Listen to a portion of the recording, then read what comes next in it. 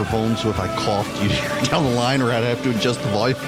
I'm sure you wanted to know. Welcome. It is Erick Erickson here across the state of Georgia. The phone number, 877-97-ERIC, 877-973-7425. Oh, my goodness gracious, last night, y'all. I don't even want to begin with the candidates, because that's not actually the story today, and this helps Bernie Sanders. CBS News had its Democratic debate last night, and it was terrible.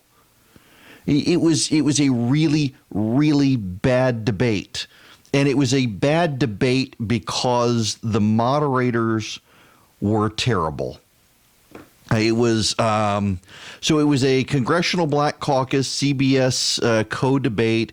They had a number of people from CNN there. Man, Gayle King, she hates Mike Bloomberg's guts. Good gracious. It was impressive, the passive aggressiveness. But that was part of the problem here is the way these debates work, just so you understand.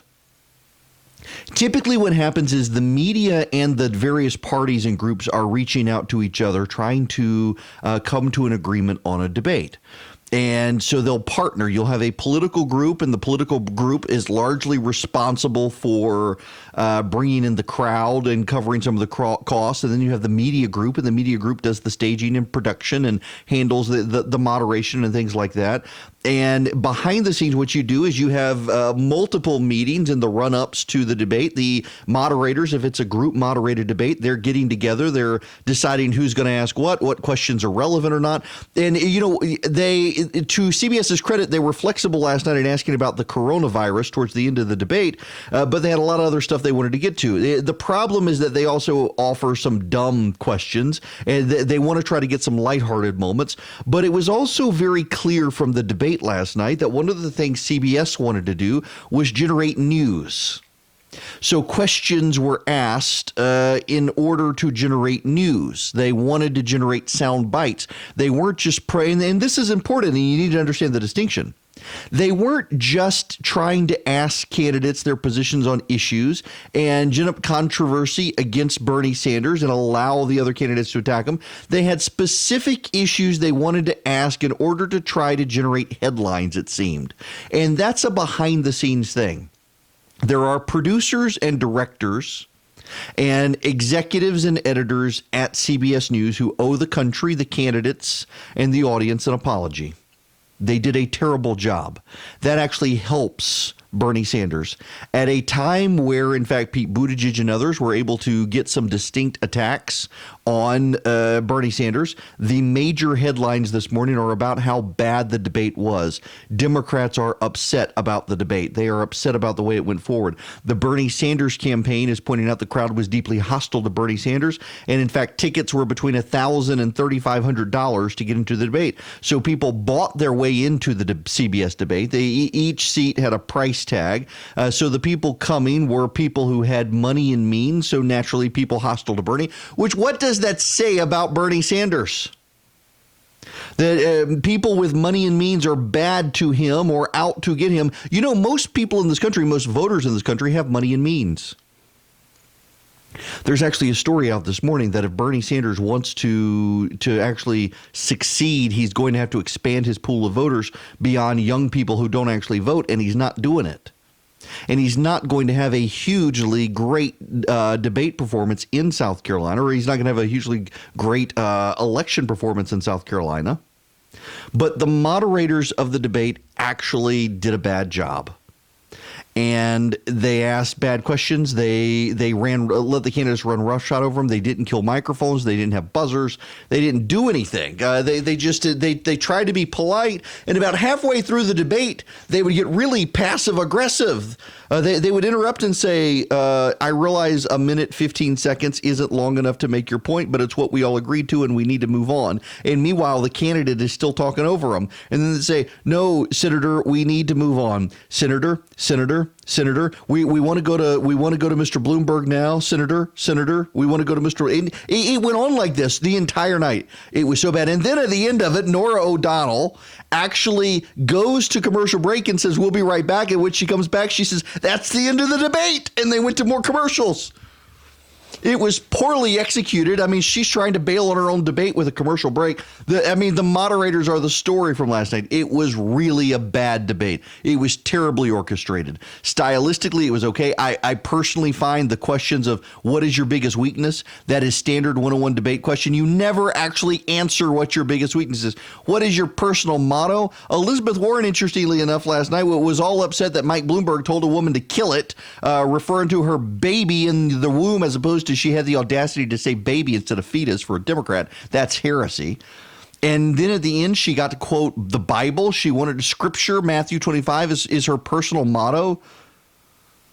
Man, she's opportunistic. She's like Teresa Tomlinson on the national stage. Goodness gracious. That woman will say or do anything to you. But it's very interesting. Elizabeth Warren did not go after Bernie Sanders very hard. She tried to make the case that he would not be the best because he's doesn't have a chance of beating Trump. What's so curious here is basically she took the position that that Bernie Sanders' positions are all great. It's Bernie Sanders is the flawed candidate, and so she's trying to ask Democratic voters to go with her, someone less popular than Bernie Sanders within the Democratic Party. That's a very hard thing for Elizabeth Warren to do, and yet she tried to pull it off. Not well. But she certainly went after the candidates. Now, I actually have less audio from this debate than any debate we've covered in the last number of years. And the reason is pretty simple. They talked over each other so much, it was very hard to get a good soundbite of anybody saying anything. And again, all of this helps Bernie Sanders.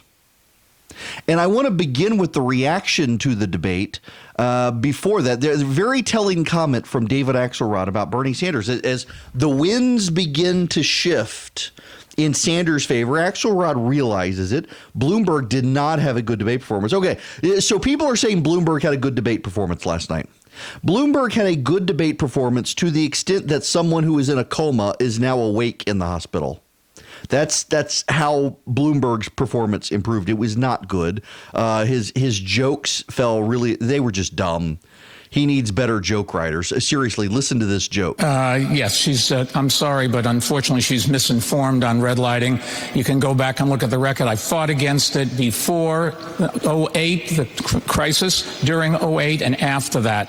Redlining is not the problem with the mortgage market, but it was a problem for the communities where it was done, and we stopped that.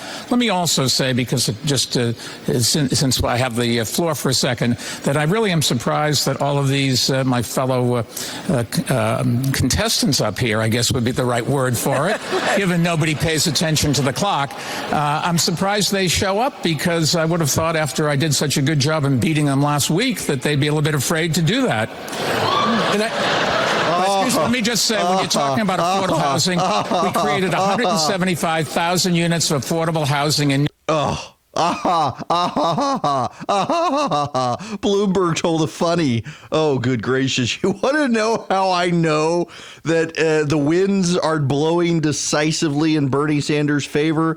Listen to this from David Axelrod. The Republicans and Donald Trump are going to make this same case against any Democratic candidate, but it's easier to make when that Democratic candidate embraces the title of socialist and doesn't refute it. And the truth of the matter is, Bernie Sanders is not a socialist. I mean, if you look it up in the dictionary, he's not calling for,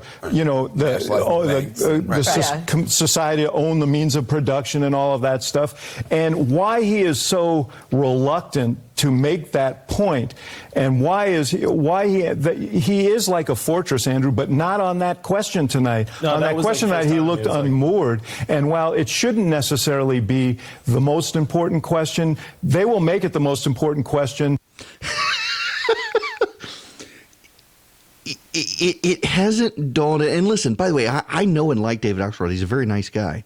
I've been to his house, and he's a nice guy. He is a very committed partisan Democrat. He is worried about the leftward drift of the Democratic Party, and for him to essentially take the position that Sanders really isn't as far to the left as people are trying to paint him.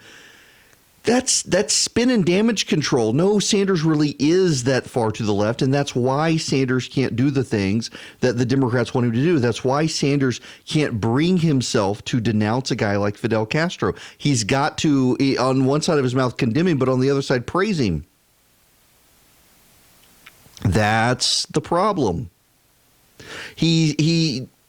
Bernie Sanders is who he has always been.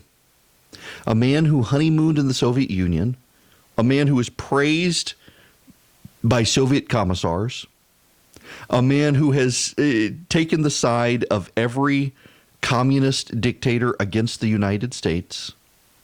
And you know what? They had a hard time going after him on stage last night with that.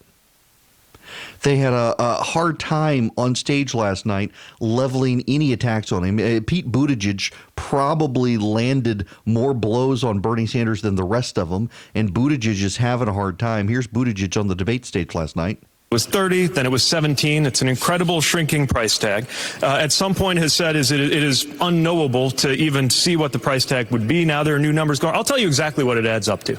It adds up to 4 more years of Donald Trump, Kevin McCarthy as Speaker of the House, and the inability to get the Senate into Democratic hands. The time has come for us to stop acting like the presidency is the only office that matters. Not only is this a way to get Donald Trump reelected, we got a House to worry about. We got a Senate to worry about. And this is really important. Look, if you want to keep the House in Democratic hands, you might want to check with the people who actually turned the House blue. 40 Democrats who are not running on your platform. They are running away from your platform as fast as they possibly can. I want to send those Democrats back to the United States House. Let's listen to them when they say that they don't want to be out there defending Senator Sanders. You get a sense of the moderators there, too. Vice President Biden, Vice President Biden, Vice President Biden. I mean, terrible, terrible moderation. Terrible moderation. But Buttigieg landed some blows. I'll tell you, one other blow that was landed was actually by Mike Bloomberg against Sanders. Mayor Bloomberg. Senator. By the way, pause. Hear the crowd cheering every time they go to Bloomberg. This has allowed the Sanders campaign today. The crowd actually helped Bernie Sanders because Sanders is pointing out that the crowd was so pro Mike Bloomberg, a man who is not even on the ballot in South Carolina. Clearly, Bloomberg in some capacity had to have been able to stack the crowd. And the crowd tickets were $1,500 to $3,500. So clearly someone with money had to help people get in. And they're starting to ask questions this morning. Did Bloomberg pay people to be there? On to that, do you think Senator Sanders' economy would be better for America than President Trump? I think that Donald Trump thinks it would be better if he's president. I do not think so. Vladimir Putin thinks that Donald Trump should be president of the United States, and that's why Russia is helping you get elected, so you'll lose to him.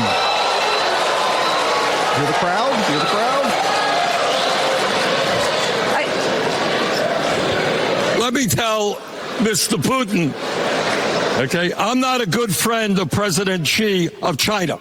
I think President Xi is an authoritarian leader. And let me tell Mr. Putin, who interfered in the 2016 election, try to bring Americans against Americans. Hey, Mr. Putin, if I'm president of the United States, trust me, you're not going to interfere in any more American elections.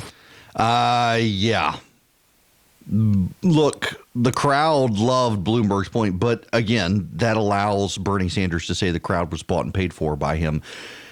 Well, I got to say, the feedback from people watching the debate last night. And again, I want to walk through audio for I've got less audio from this debate than from pretty much any other debate we've done.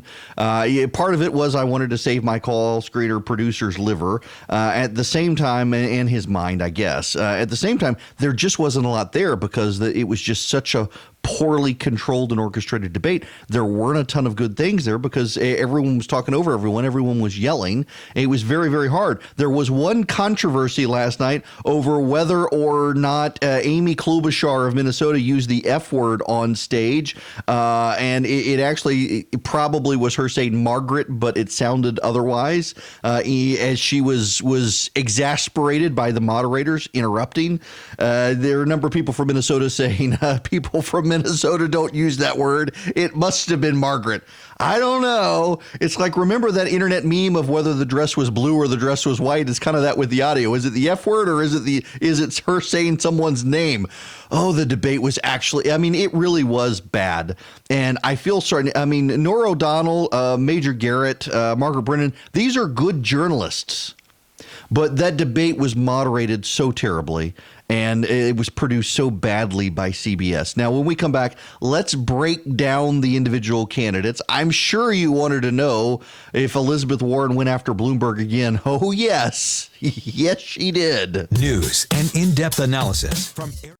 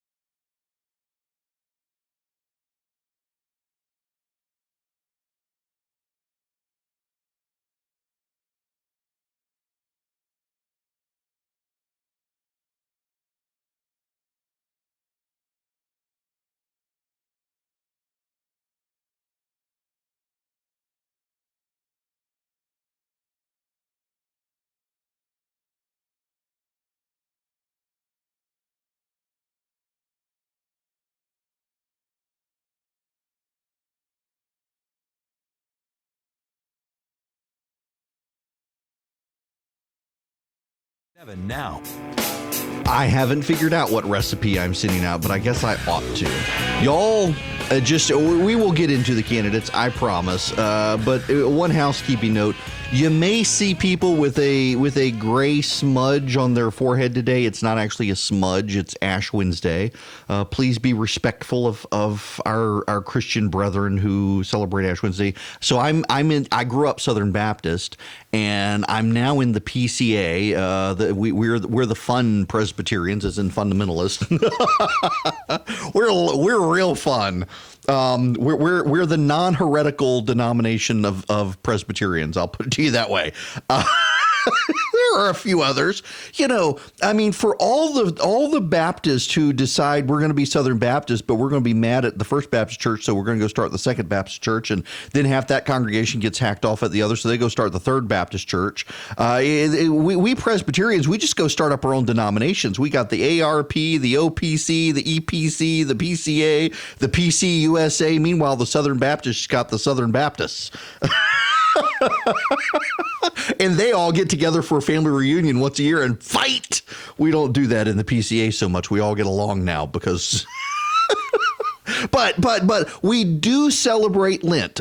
Presbyterians do celebrate Lent and Ash Wednesday, and our ritual is not actually to go to church. Like, I won't go to church today and get a cross from ash from last year's Palm Sunday branches on my forehead. And instead, the way that we in the PCA and Presbyterians worldwide celebrate Lent and Ash Wednesday is we offer to carry the sinful burdens of our Southern Baptist brethren, particularly if they've got a good liquor cabinet. We will take that for the next 40 days just to spare them the temptation in this Lenten season. We don't do the whole cross thing. We'll take our Baptist brethren's bourbon for them just to keep them safe, keep them out of purgatory and sin in hell. Yeah, I honest to goodness, there was a while there when I made the mistake, and I say this every year on Ash Wednesday now, largely because years ago I made the mistake of I did not grow up with a bunch of Catholic friends, and had a friend of mine who had the cross drawn on his forehead on Ash Wednesday. Said, "Dude, you got something on your forehead?" And he's like, "Yeah, it's supposed to be a cross." It's like, oh, I had no idea. And then I was on. This was before I was on TV. And I got on CNN, and I remember the first Ash Wednesday I was on CNN, a lady in the studio commented on someone having a smudge on their forehead, and I was like, don't do what I did. That's not actually it looks like a smudge, but it's actually not a smudge. So don't do that today. The other thing I got to say is I got to get my driver's license renewed. You know, I forgot to get my carry permit renewed. Now, it's been so long. It's been a year now. I didn't even realize it was expired. Oops. I wasn't carrying, though, I promise. So now I got to go through the whole process again. And now I'm thinking my driver's license expires in June. I got to go through the process of getting it renewed. And you used to be able to get online and do that. And now you can't because of the freaking Real ID stuff. Y'all, this is ridiculous. In October, starting in October of this year, you will not be able to go through an airport in the United States of America unless you have a Real ID compliant photo ID, passport or driver's license, and typically driver's license. So if you show up and you've got your state driver's license and it is not Real ID compliant, you're in trouble. The Real ID is a uniform federal government protocol they came up with after 9/11. A lot of people fought it for having a standardized ID across the states. They thought that was an invasion of privacy, but they got overruled by the feds. And now if you want to get your driver's license renewed, you got to go in, you got to have your passport with you or a birth certificate. You've got to have your social security card or something with your social security number on it, a W-2 or a paycheck stub. Then you've got to have a utility bill or something. You got to have proof of address, and you got to have proof of ID. You got to have proof of Georgia residency. You got to have all these things. It is a bureaucratic hassle just to get your freaking driver's license renewed. And Georgia's not alone in this. It's other states. And don't blame Brian Kemp. This predated him. This is not a Brian Kemp thing.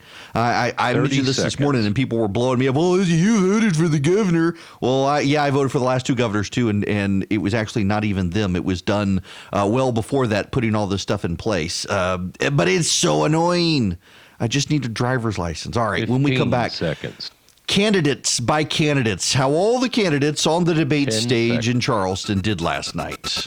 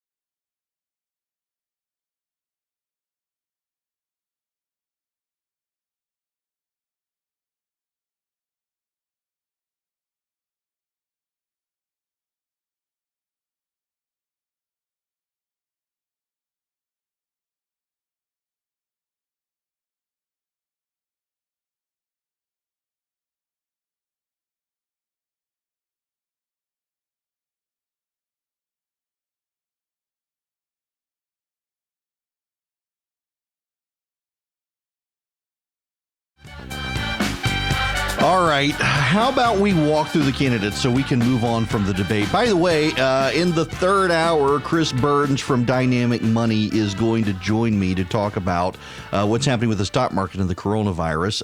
And then in the next hour, we're going to actually, and this was part of the Democratic discussion last night, what to do about prescription drugs and pharmaceuticals and stuff. John Conradi is going to be with me. Chuck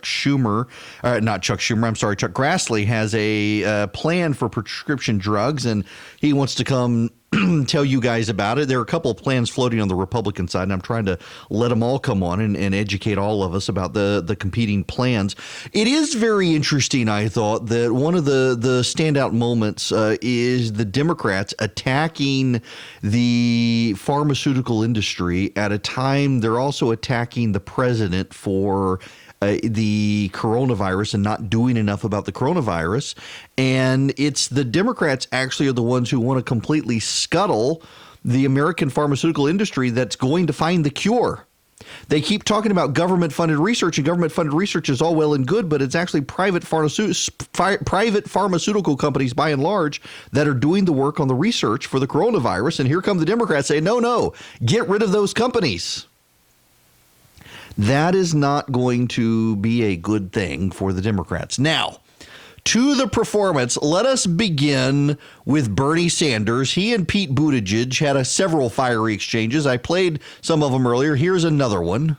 In Senate races, if people in those races have to explain why the nominee of the Democratic Party is telling people to look at the bright side of the Castro regime, we've got to be a lot smarter about this and look to the future. Senator Sanders, your response. Let us be clear. Do we think health care for all, Pete, is some kind of radical communist idea? Do we think raising the minimum wage to a living wage? Do we think building the millions of units of affordable housing that we need? Do we think raising taxes on billionaires is a radical idea? Let's talk about what's radical about that plan. Reform is a radical idea. The things you just named. Do we think immigration reform? The truth is, Pete, that the American people support my agenda. That is why I am beating Trump in virtually every poll that has done, and why I will defeat him. We got to open this up. Universal health care for example. See what I meant about the moderators? I mean, that's just horrible. It's just horrible. But notice what Sanders does. Jonathan Last at the Bulwark actually pointed this out. A great guy, Jonathan. And he pointed out that Sanders runs debates through dominance, and what he does is he tries to talk over everyone and shout everybody down on stage. And do you really think he's going to be able to do that against Donald Trump? You're going to have these two New Yorkers yelling at each other on the stage. And Sanders, of course, he claims to be from Vermont now, but he's actually from New York. You're going to have these two New Yorkers yelling at each other on the Democratic debate, Sarah, on the general election debate stage, and it's going to go poorly for Sanders because Trump actually gets the showmanship in a way that Sanders says, and, by the way, that's something I thought about last night. A random aside, and we'll get to Bloomberg in depth here in a minute, but Bloomberg may be a very successful billionaire, but he's really bad at the showmanship of politics. And increasingly today, getting elected is all about showmanship. And that matters, and Bloomberg was really terrible on stage. But to Bernie, nobody could throw him off last night because he held his own on this debate stage. There was so much willingness to go after other people on the debate stage and fire other people. And Joe Biden wanted to shine on the debate stage to prove to South Carolina that he could win. And Biden actually did well. But nobody could take off Bernie. Nobody could take one more Bernie Sanders clip for you. We have a criminal justice system today that is not only broken, it is racist. Got more people in jail than any other country on earth, including China. And one of the reasons for that is a horrific war on drugs. So I do believe that on day one, we will change the Federal Controlled Substance Act, which, if you can believe it, now equates heroin with marijuana. That's insane. We're going to take marijuana out of that and effectively legalize marijuana in every state in the country. What we are also going to do is move to expunge the records of those people who are arrested for possession of marijuana. And I'll tell you what else we're going to do. We're going to provide help to the African American, Latino, Native American community to start businesses to sell legal marijuana rather than let a few corporations control the legalized marijuana market. Wait, did Bernie Sanders just say he wants to help black people sell drugs? He did.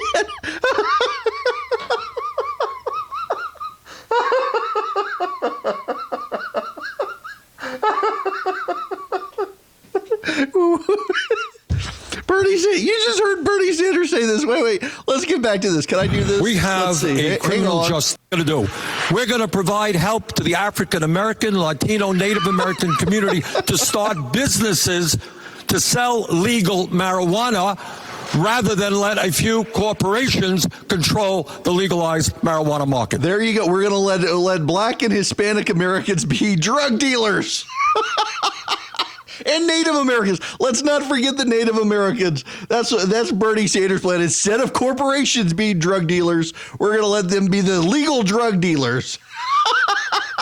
Wow. Oh, Bernie. God bless Bernie. Okay. I'm sorry. Oh, wow. I can't. But, well, I mean, I get what he meant. But, oh, come on. Wow. Talk about pandering to a crowd there. A crowd that hated his guts.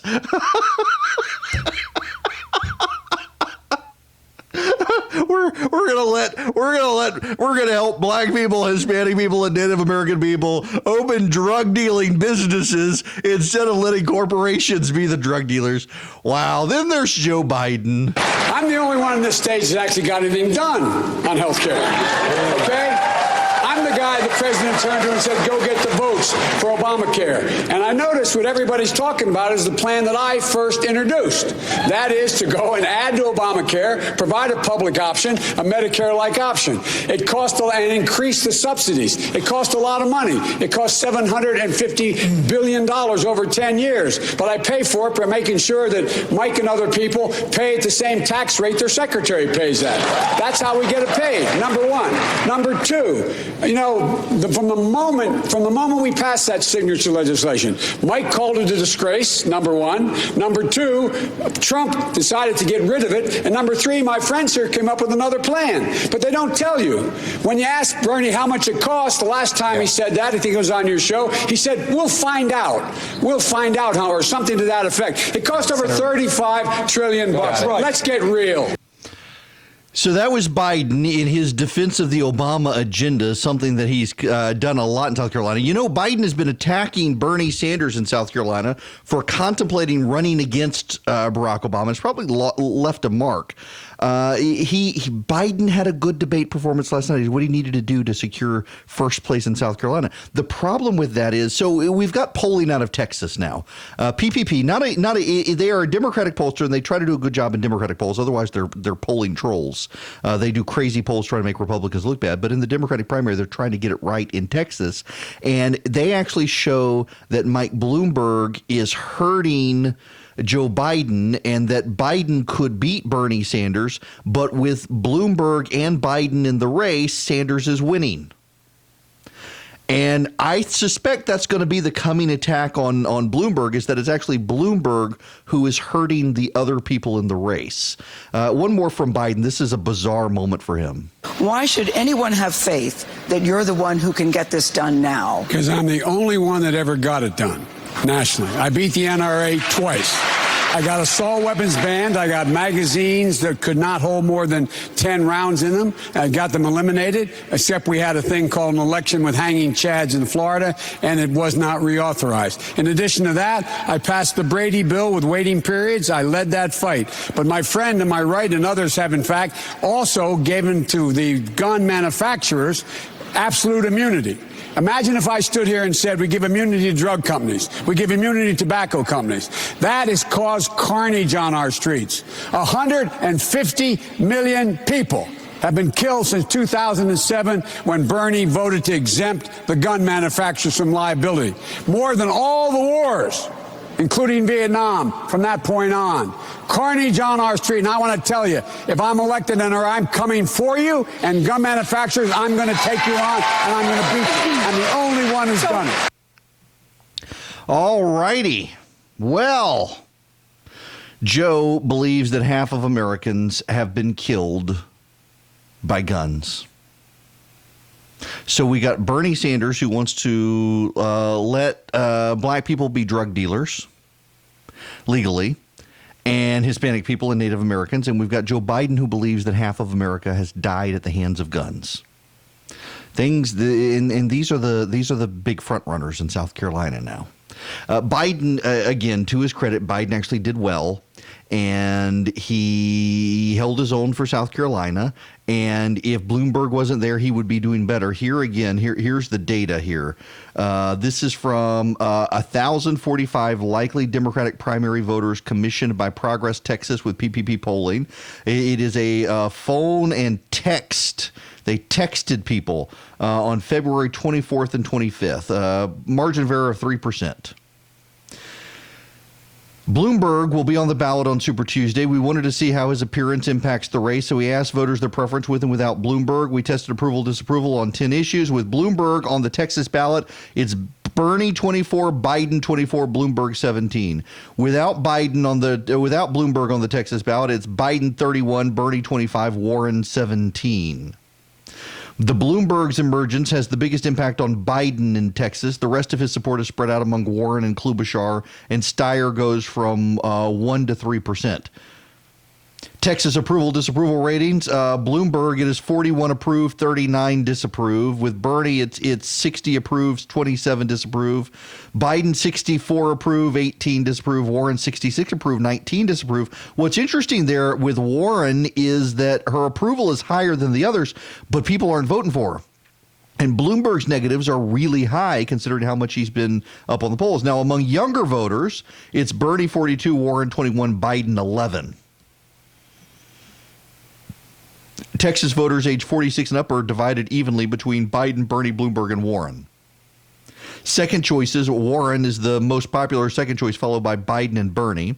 Among Latinos, it is Bernie 27, Biden 23, Bloomberg 22. Among African Americans, Biden 39, Bernie 21, Bloomberg is 39 as well.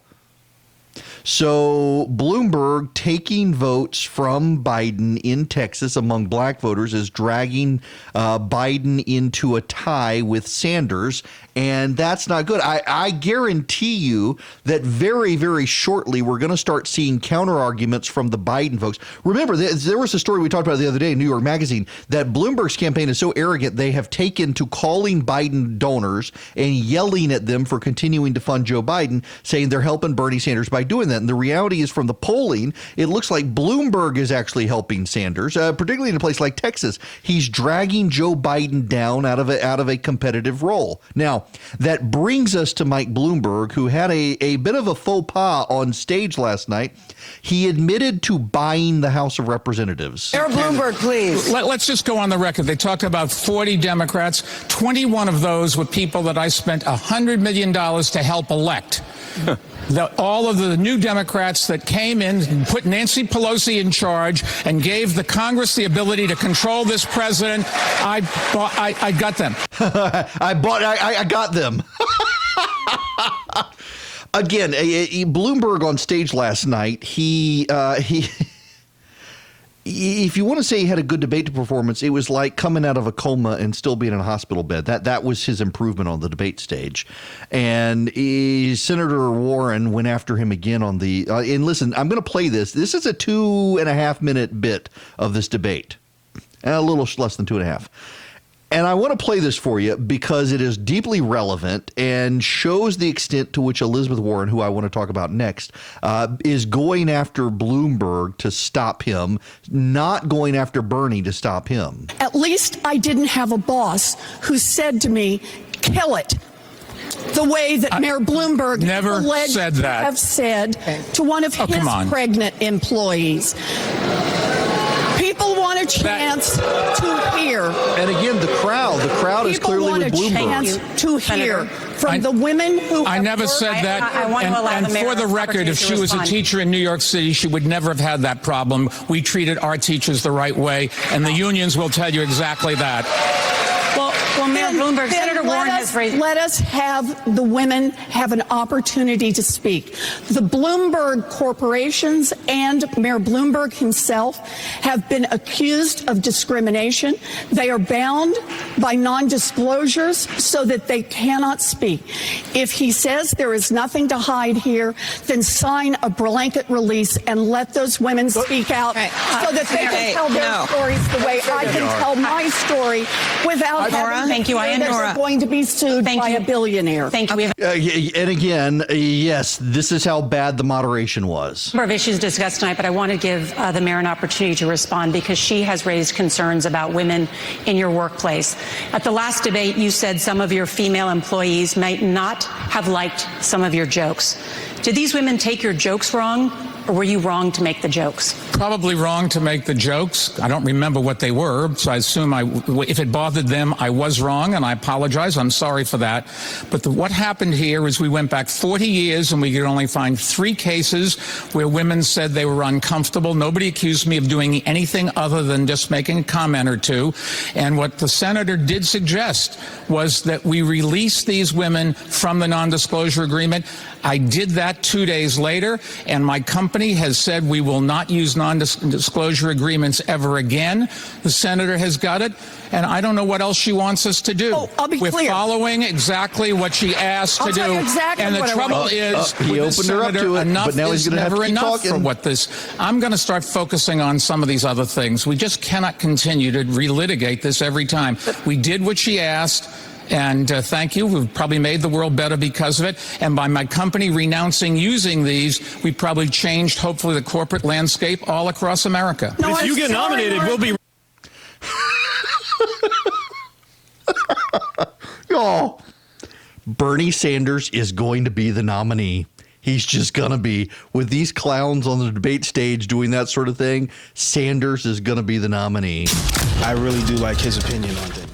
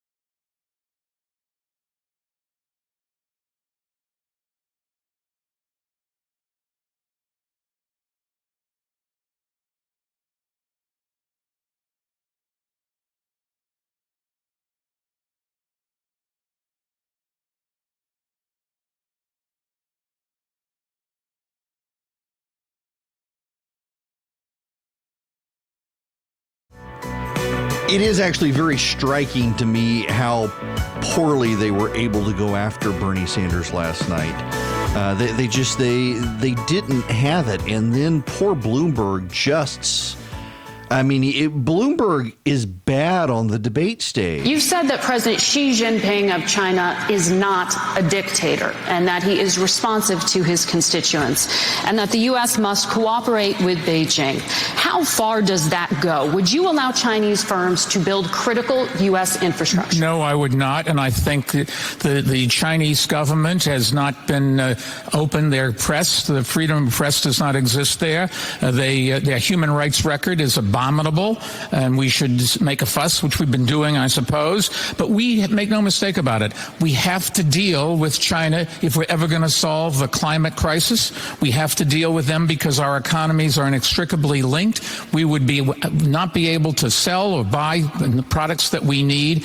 And in terms of whether he's a dictator, he does serve at the behest of the Politburo, of their group of people. Wait. But there's no question he has an enormous amount. Do you know who picks the Politburo?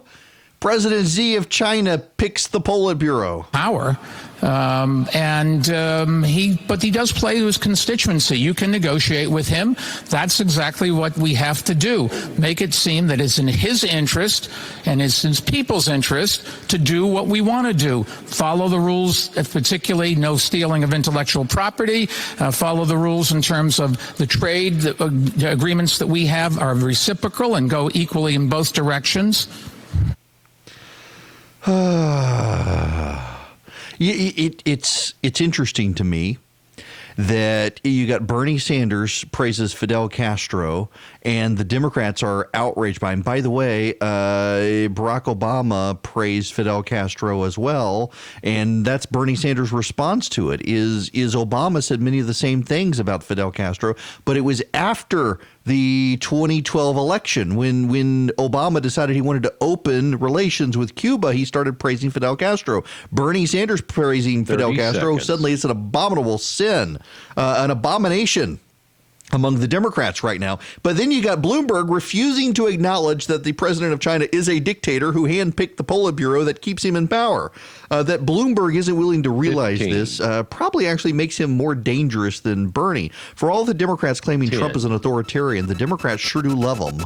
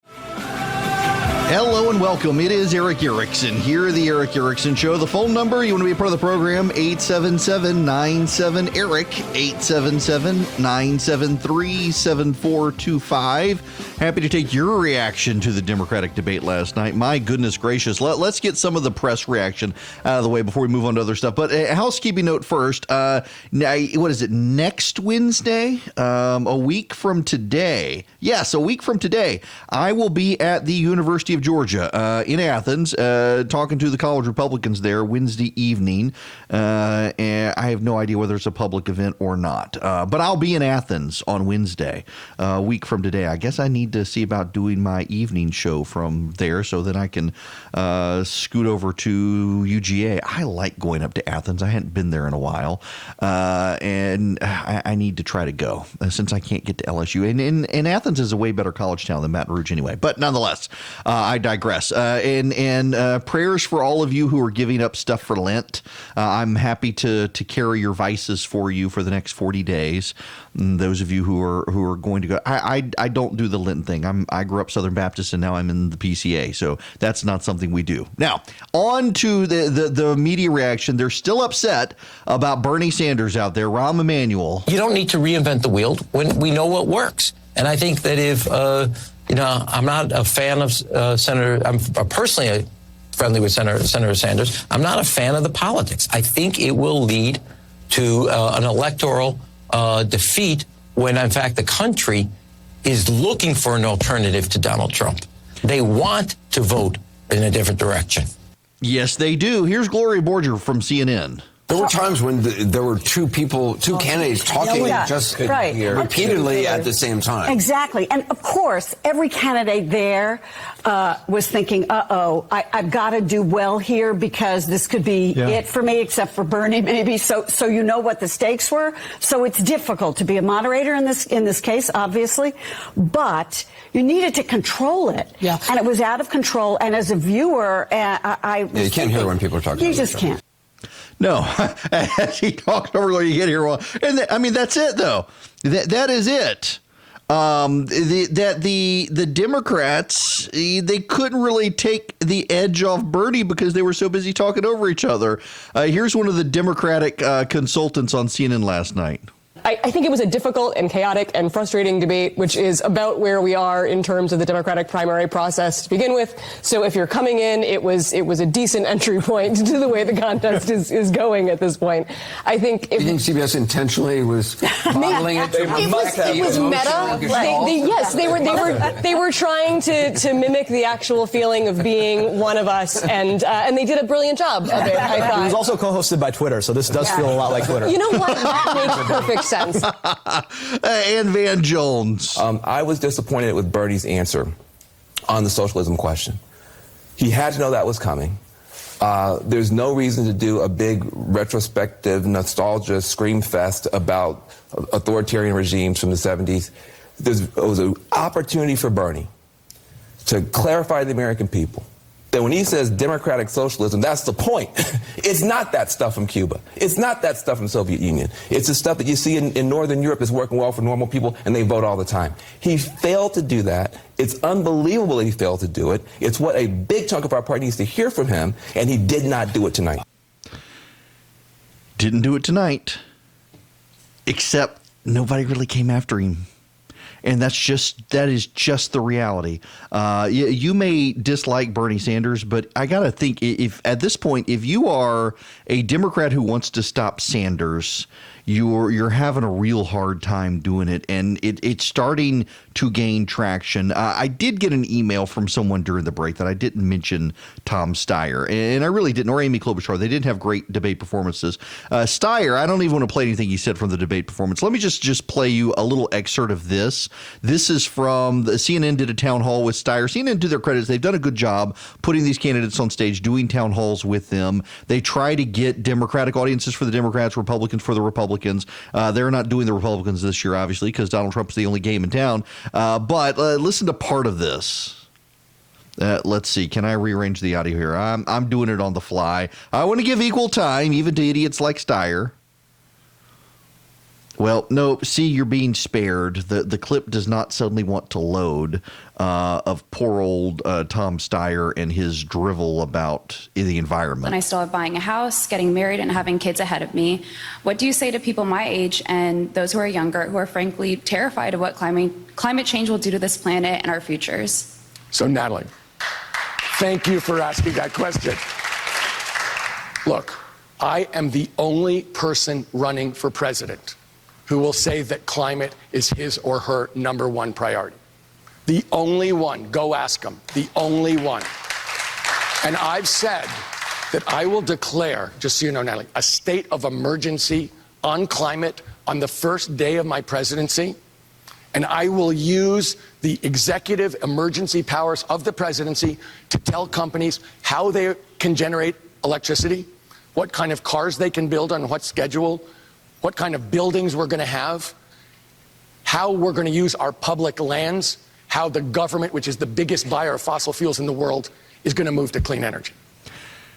I'm sorry, there's a term. Gosh, what is it? What do you call someone who believes that the government should own the means of production and give to those who don't have by taking from those who do? What do you call that? The term escapes me, but those people, they want to control the means of production.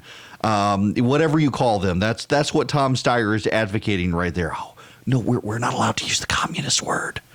No, that they want to assure us that the Democrats aren't communists. It's amazing how they keep moving. I'm not a big fan of the Overton window stuff. It's like the red pill, blue pill stuff. People who use this crap want to sound smart. They don't really know what they're talking about. Oh, what they're trying to do is move the Overton window, Mr. Erickson. They want to move the Overton window so the Democrats can sound more mainstream. No, they're just telling you who they are. That's all it is. It's not a matter of, oh, if I'm over here and I'm being super radical, we're going to move everybody in our direction. No, you're going to look like an idiot. Look at what's happening with Bernie Sanders. He's been doing this. Where do you think he's moving the Overton window? In the opposite direction. Wow. But one of the things I told you it was going to happen, I told you it was going to happen, is they are beginning to use the coronavirus. In fact, Jesse Waters on Fox News made the same point, and he's getting lit on fire, as is Rush Limbaugh, for making the same point that the Democrats intend to weaponize the coronavirus against Donald Trump. Yeah, he's going to get whacked for this. If this keeps up and things go south, the Democrats are going to say, coronavirus is this president's Katrina. Or remember Ebola during Obama. Ebola. Right, and they're going to politicize it, which, Republicans would never do if it happened. We don't ever act like that. No. So the only thing he can do is either full travel ban immediately or the rallying cry of Made in America and try to galvanize the country against the Chinese threat and try to ride it out until November. But who knows? If the stock market tanks, there's a huge sell-off day. And I lost $500 million today in the market. I don't know. I might have to go back to work. I wonder what happened to Bloomberg. Yeah, wonder what did happen to Bloomberg with the market sell-off. By the way, we should check that, shouldn't we? Here at the opening of the market hadn't been open that long today thus far. We've got the Dow is up 298.5 points right now, which is a good thing. Okay, now the coronavirus is starting to cause problems in the market. The Democrats are starting to use it as a political weapon against the president. They are claiming, in fact, that what the president says isn't true. This is from CNN a short time ago. John Berman. One of the things the president said yesterday is that we're very close to a vaccine. Now, I know this is something you know a lot about. This is your job. Right. How close are we to a vaccine? Are we very close? Well, I mean, the confusion, again, is we're close to starting a phase 1 trial to determine safety. We're going to do that in about 1.5 to 2 months. But that doesn't mean you have a vaccine. In order to get a vaccine that's practically deployable for people to use, it's going to be at least a year to a year and a half at best.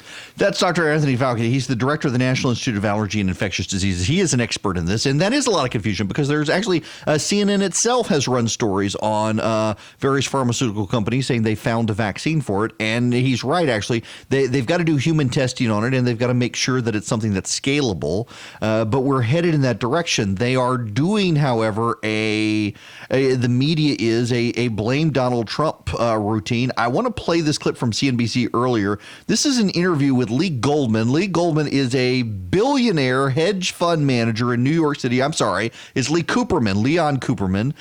Lee Cooperman is a billionaire hedge fund manager in New York City. He is someone the markets pay attention to. He is someone the Democrats pay attention to. He is someone the Republicans pay attention to. And I want you to listen to what he says he's watching right now. This week's brutal market sell-off has wiped $1.7 trillion in market capitalization from the S&P 500. Joining us right now by phone to try and put this in some perspective is Lee Cooperman. He's Omega Family Office Chairman and CEO. And Lee, we've talked an awful lot about this, the volatility we've seen the last couple of days and the straight down action. Are you a buyer or a seller in the market today? I'm doing both, but I would say that on balance, I would be a buyer. I think the significance of an event for the market is a function of what the market was discounting when the event occurred. If you go back, I was on with one of your colleagues, Scott Wapner, on February 18th, and I said the market was knocking on the door of euphoria, that there were lots of issues that were being ignored by the market. I've lost a lot of money the last few days, don't get me wrong, because I'm an investor. But I would say that to have a strong opinion about the market today, you have to have a strong opinion about two issues. And one is the coronavirus. Does it get under control in a reasonable time frame? And second, that we don't have a socialist or a communist in the White House. Okay. I have no expertise in the coronavirus other than my confidence that mankind will conquer this problem, and I think it'll be resolved by June. And again, I want to make it very clear, I have no particular expertise in that regard.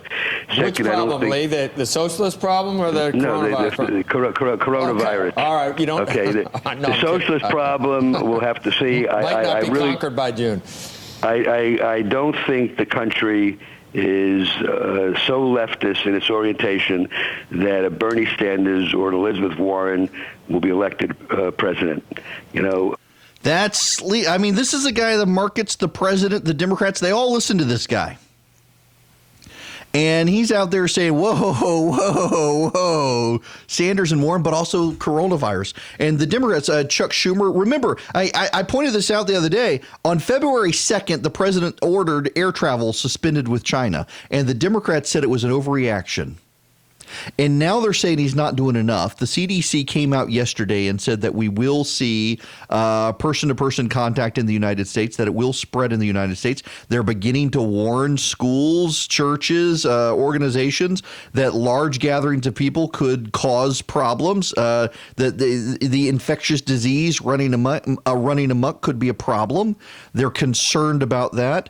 And you've got the Democrats now capitalizing on it. They're pointing out that the infectious disease expert who was the coordinator for the White House is gone and has been gone for 2 years. But, I've talked to a buddy of mine who actually is at the CDC, and he said that's not actually a bad thing. You're hearing this from Democrats, but that certain personnel are gone from the White House who are coordinating. He says, but actually we've got a Secretary of Health and Human Services, and we've got the underlying bureaucracy at the CDC, and the Secretary of Health and Human Services is the natural coordinator for this, not some guy in the White House, and that we should let the experts do it, not the politicians inside the White House, so we get a better response. The market, however, is going down on this, and we now have word this morning that there is an American soldier in Korea who has contracted the coronavirus from person-to-person contact. Our first American soldier, and if he's contracted it, he's probably spread it already. That is a concern of the CDC.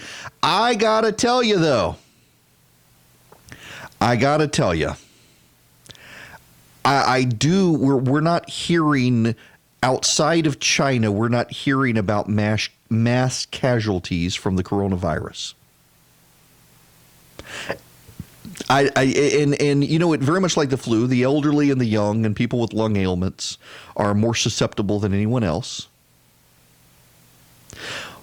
But I do wonder how much of this now is panic, as opposed to having a rational basis for, the flu, for example, is bad every year, but it has become so commonplace it's not something that everyone dwells on. There is a vaccine for the flu, although a lot of people don't get the vaccine for the flu, and most people who get the flu wind up surviving, and that appears now to be the case with the coronavirus as well, based on what we know.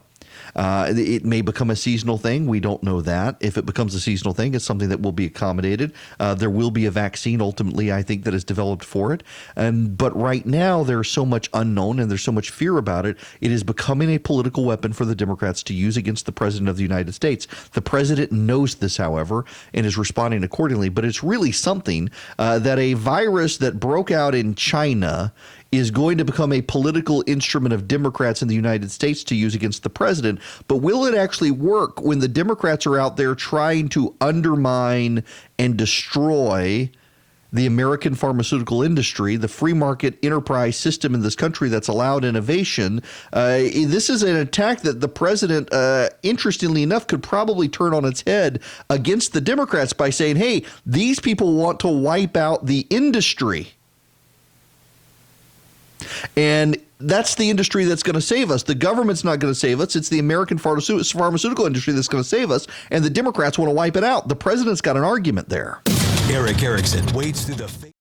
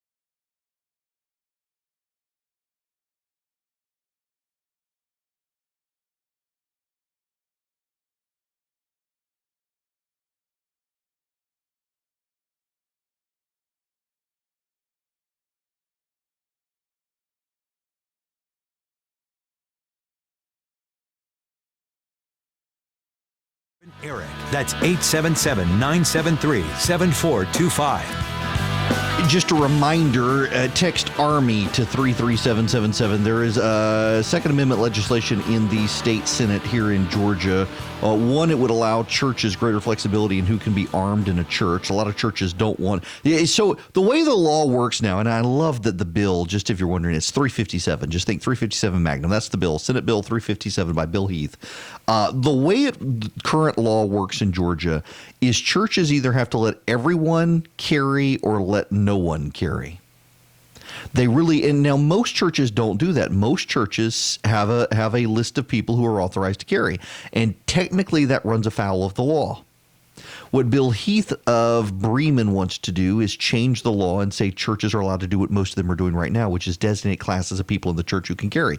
There are a lot of churches who refuse to go along with the legislation because of the blanket. For example, they'd like to have members. The way the law works, you either say everyone can or no one can. You can't say members of the church can carry, visitors can't. You can't say the diaconate can carry, the session can't.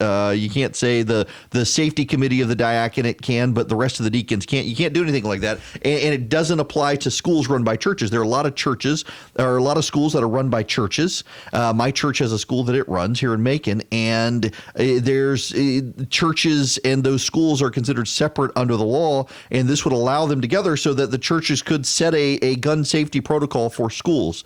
And it's had a review. It has not advanced out of committee. It's a great piece of legislation because it does allow churches some discretion. So text the word ARMY, please. The word ARMY, not please, just the word ARMY, ARMY, to 33777. If you haven't already, you'll get subscribed to the activist list. What happens is you will get a text back asking for your email address. You send your email address. It'll subscribe you to the activist list. We don't sell the list. You're not going to get a bunch of advertising. It is just for when there's an action alert like this. We want you to be able to contact, make it very easy for you through our activist portal to be able to contact your member of the state house and state senate and say, hey, SB 357 by Bill Heath, please support it. It's good legislation. We'll make it really easy for you to do, but you've got to take the first step. I can offer you a solution, only you can take it. And the solution is text ARMY to 33777 so we can keep you engaged. We pay for that out of our pocket. It's not advertising sponsored activism portal. I do it myself. And heck, I at some point need to start earning income from the show instead of doing it for free.